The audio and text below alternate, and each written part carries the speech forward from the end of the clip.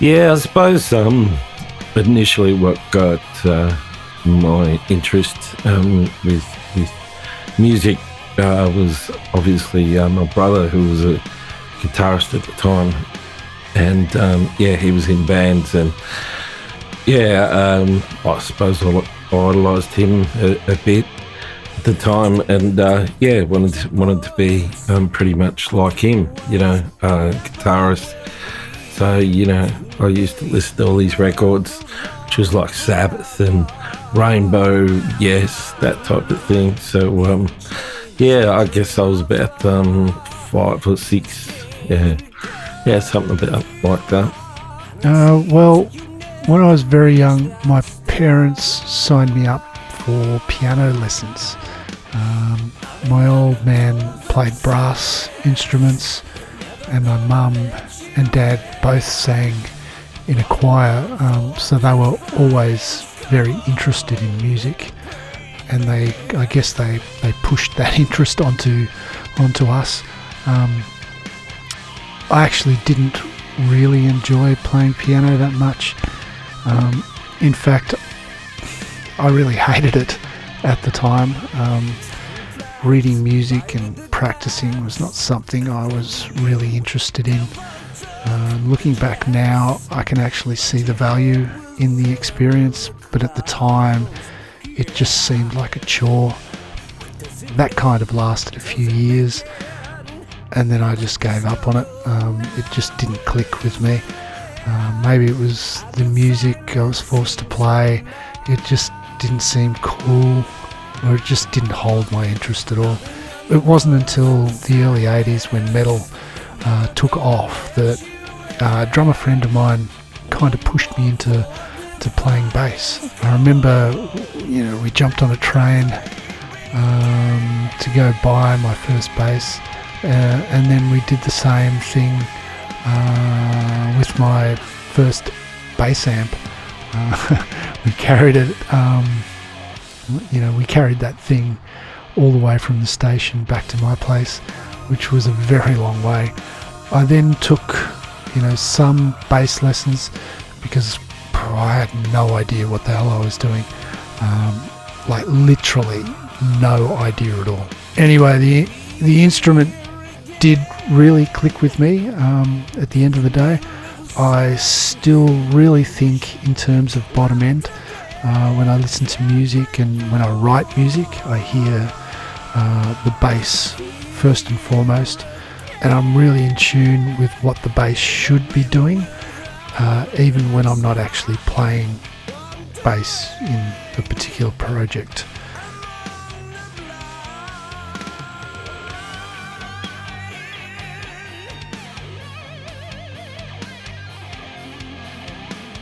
I was 25 years of age when I started singing, because I played guitar all before that, but the circumstances led to me having to sing for a demo, because a friend and I were doing, but unfortunately, we were both guitarists, so no one sang, so somebody had to sing, and it was me. But pretty quickly, I pretty much identified that, I was a bit better at singing than playing guitar. So I just followed that path and went down there. Back in the piano lesson days, both my sisters and I took lessons at the same time. I think, my oldest sister was probably the best at the instrument, as she was obviously much older, but our instructor used to always say she could tell that I had an ear for music, just by the way I played, I guess. But to be honest, I had no idea what the hell she was talking about, but for some reason she could see something in me that I couldn't at the time. I didn't really fully realise I wanted to be involved in music up until I picked up the bass, and through the years just progressing and becoming more and more proficient at the instrument. But for the most part, in recent times, it's been more about the keys.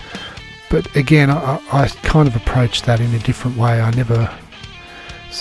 don't see myself as a keyboard player. I like dabbling in keys, and I like experimenting with different sounds and atmospheres, rather than sort of playing it as a solo instrument. I'm sort of more interested in what it can do experimentally and rhythmically and atmospherically. I think that's where I'm at with keyboards at the moment. And I guess as time goes by, you play with different people and you get exposed to various styles of music, and you just naturally grow as a player. I've been really lucky over the years. I've been fortunate to have played with some amazing musicians, people much more talented than myself, and it's been a really interesting journey to this point, and I hope it continues.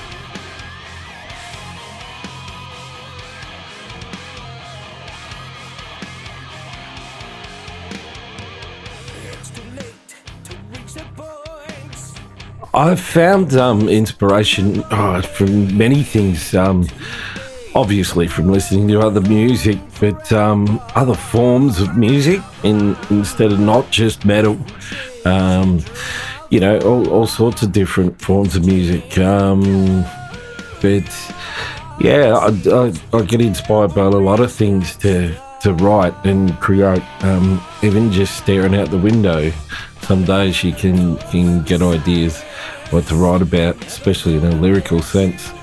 But look, I could hear a bird fart and I'd come up with a riff or an idea out of it. So it really doesn't take a lot to get me inspired to write something. It's sort of pretty natural, I think. The main place I got my inspiration from was the music I was listening to at the time I started playing the bass. The early 80s were a magical time, really, because it was all so new and the scene was just becoming what it was. It was sort of growing into something really, really big. And once the early progressive metal bands started coming onto the scene, that's when things really got interesting for me. Bands like Queensryche and Fates Warning just opened the floodgates. Very inspirational from a musical perspective. They really showed the way in terms of composition and musicianship, the songwriting as well. I just loved that style of music, and the early progressive metal genre definitely shaped the way I approached my chosen instrument and how I wanted to express myself with it.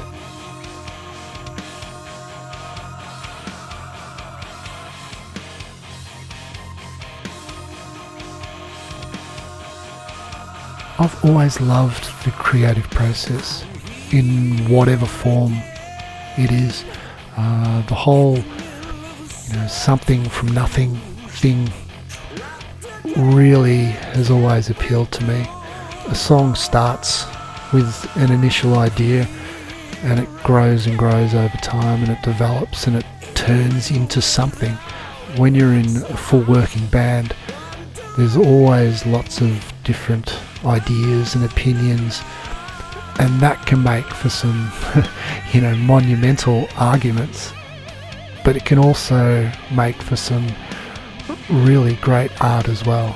And sometimes the best art is forged in torment and in a bad situation.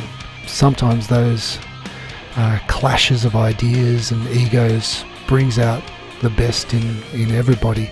Not such a great position to be in at the time, because it can be really, really hard.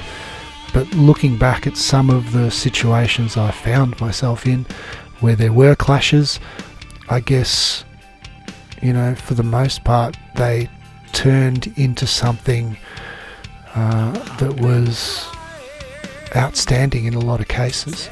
In terms of motivation, I really don't need to be motivated to play or write music. I love the process and have done it for most of my life. And if you love the process, then it's never a chore that needs to be done. It's always something you look forward to. And it's that mindset that has always driven me. I look forward to finding the time to sit down and write music. It's not always possible to find that time, but when I do, I just really enjoy the whole process of piecing together something unique. I don't think that will ever get old for me.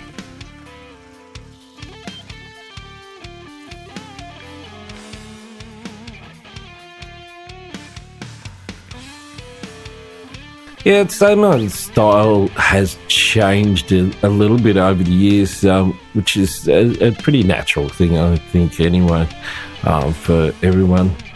It's, yeah, you find different influences, and I think naturally you just want to experiment a little bit more and branch out a little bit more. I don't think you ever really want to stay exactly the same and do the exact same thing. That wouldn't be too, exciting. But yeah, definitely. Look, it's changed a bit over time. Yeah, I think I've toned down the complexity of my musical ideas. I've learnt when to play and when to take more of a backseat. I think when everyone first starts out in a band, particularly a progressive band, they're trying to push the boundaries of their own skills and to leave a mark or make a mark. I know that's exactly what I was doing in the early vaudeville days, and even earlier in some of the bands I was in before that. It's a very adolescent approach to writing and recording. A lot of the early vaudeville and pre-two-dimension logic material was absolute chaos. Chaos in a good way, but in reality a bit of a mess in terms of layering and everyone playing something completely different to each other. But back then there was a lot of musical freedom, but I think we kind of lacked a bit of self-restraint and songwriting discipline. I think the level of self-restraint developed over time, and the end result was, I guess, two-dimension logic, where I think we got the songwriting just right, with a blend of chaos and restraint. So I guess I've become better at knowing when and what I should be playing. I've not perfected it by any means. There's always something else to learn, and there's always more development that can and will happen over time. But I'm pretty comfortable with what I bring to the table at the moment. Right, that's it for another Lifting the Veil. Hope you enjoyed the video. If you haven't already, please check out our new track, Walls of Silence. You can find it on all good streaming platforms and from our Bandcamp page.